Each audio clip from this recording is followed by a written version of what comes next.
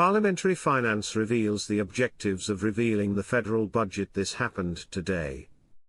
I am told they expect the vote or third reading on this tomorrow.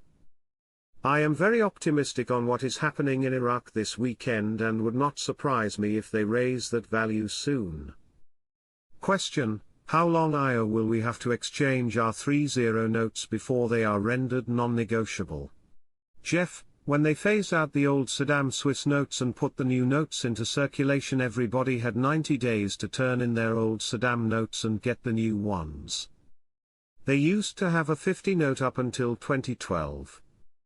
They phased out 50 note and replaced it with the 50,000 note.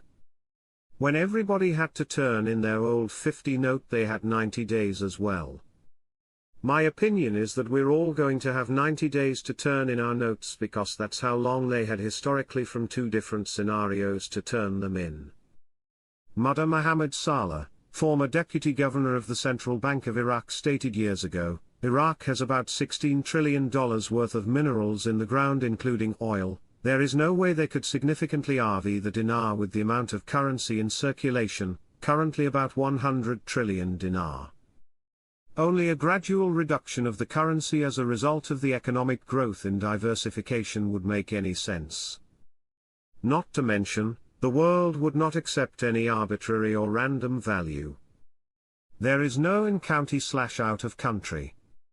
Whenever Iraq makes a change on the currency exchange rate in country, it's going to affect everywhere around the world in regards to Iraqi dinar. There's not going to be some special group that you go to, Tier 1, Tier 2, there's no Reno visit. That's all bullshit. There is no redemption centers. When the time comes, we just take our dinar to the bank, we make the exchange. Nobody's going to get a special rate. One of the major banks, that's kind of international bank that is over international redemption centers, is indicating that we could be notified prior to Monday. Now, if it doesn't happen and we see it on the 21st, which is Tuesday, then so be it. Iraq is off the red list for risk assessment. Quote, the investment status in Iraq had been raised from the red list to the orange list during the Prime Minister's visit to London. First, it was just 1 day, then it was 3 days, and then today's article says the Prime Minister spent 4 days in Britain. It started with meeting of the king of the country and ending with a meeting with the Iraqi community. Why did they tell you he was going to be there 1 day, then changed it to 3 days, and then ultimately he stayed for 4? Keep hearing the Forex, and it's also coming from the CBI too. They're explaining how much more can be done on Forex. They are preparing to leave the border. Forex would be international and like you want, the float. Frank, we still don't know. Possibility of transferring the dollar to trading platforms in the stock market, to be sold to those entitled to it through direct transactions instead of sending the dollar exclusively to banks, stressing the need to organize these operations by switching to the Forex market. Wow! Wow! Wow! Did they just suggest using the trading platforms in the stock market, i.e. Forex? You gotta love it. Music to my ears. Here is the one I am excited about. Instead of granting it exclusively to foreign banks, proposal to put the dollar on tadawul platforms. This should give you all warm and fuzzies, how foreign remittances work in banks, etc. This is what they are going to do. They are converting dollars to be sold on trading platforms and the stock market, and switching to the Forex market. In order to take the next steps for them, it needs to be traded on platforms just like the US dollar, British pound and other currencies are. That would mean they are on the fully international Forex and most likely a much bigger value on the dinar. This is my favorite article of the morning. The closing of the auctions. The closing of the electronic platform auctions enhances financial stability. It's very obvious they're moving towards releasing a new exchange rate. It's that simple. Question: what is your guess on the total amount of dinar held in the US? Marks: great question. I heard some projections way back in the day that, if I had to make a guess, maybe 10 trillion. That is just a guess, but maybe 10% of what is in circulation may be held in the US. The black market is pretty much dead now.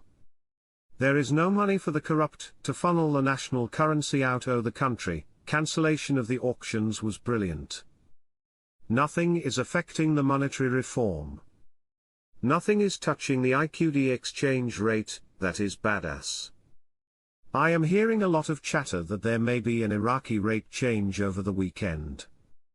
I am not going to ride the roller coaster but will be hopeful that we are seeing it that soon. But Trump is not in office yet, so stay calm. A quick explanation on one-to-one.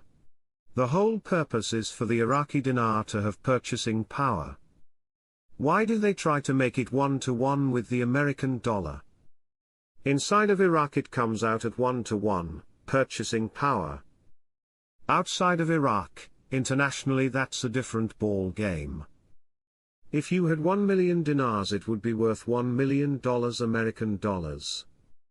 On Saturday, Foreign Minister Fuad Hussein informed the United States of Iraq's aspiration to enhance bilateral cooperation under the upcoming U.S. administration headed by Donald Trump. This came during the foreign minister's reception of the new chargé d'affaires of the U.S. Embassy in Baghdad, Daniel Rubenstein, according to a statement received by Shafaq news agency. At the beginning of the meeting, Hussein congratulated Rubenstein on assuming his new duties, and while stressing the depth of Iraqi-American relations, he expressed Iraq's aspiration to enhance bilateral cooperation under the next American administration. The meeting witnessed in-depth discussions on bilateral relations between the two countries, in addition to reviewing regional conditions, especially the situation in Syria. The two sides also touched on current political developments and the pivotal role played by Western countries, primarily the United States, in the course of events inside Syria, according to the statement. According to the Iraqi statement, the two parties discussed the outcomes of the Riyadh Conference on Syria, which witnessed the participation of the U.S. Under-Secretary of State, and stressed the importance of following up on the recommendations that emerged from the conference. At the end of the meeting, Hussein stressed the importance of strengthening cooperation between Iraq and the United States, in a way that serves common interests and contributes to achieving regional stability. On Saturday, Abdul Sattar al-Dulaimi, a member of the Sovereignty Alliance, revealed the amounts deposited by the head of the Progress Alliance, Mohammed al-Halbasi, in foreign banks. Al-Dulaimi said in a statement to Al-Maluma agency, the funds deposited in the Emirati, Turkish, Jordanian and Kuwaiti banks of the former Speaker of the House of Representatives and head of the Progress Alliance, Mohammed al-Halbasi, are more than $5 billion that were transferred from Iraq during his tenure as Governor of Anbar and Speaker of the House of Representatives and his supervision of the reconstruction campaign in the provinces affected by terrorist operations and using his relations with senior officials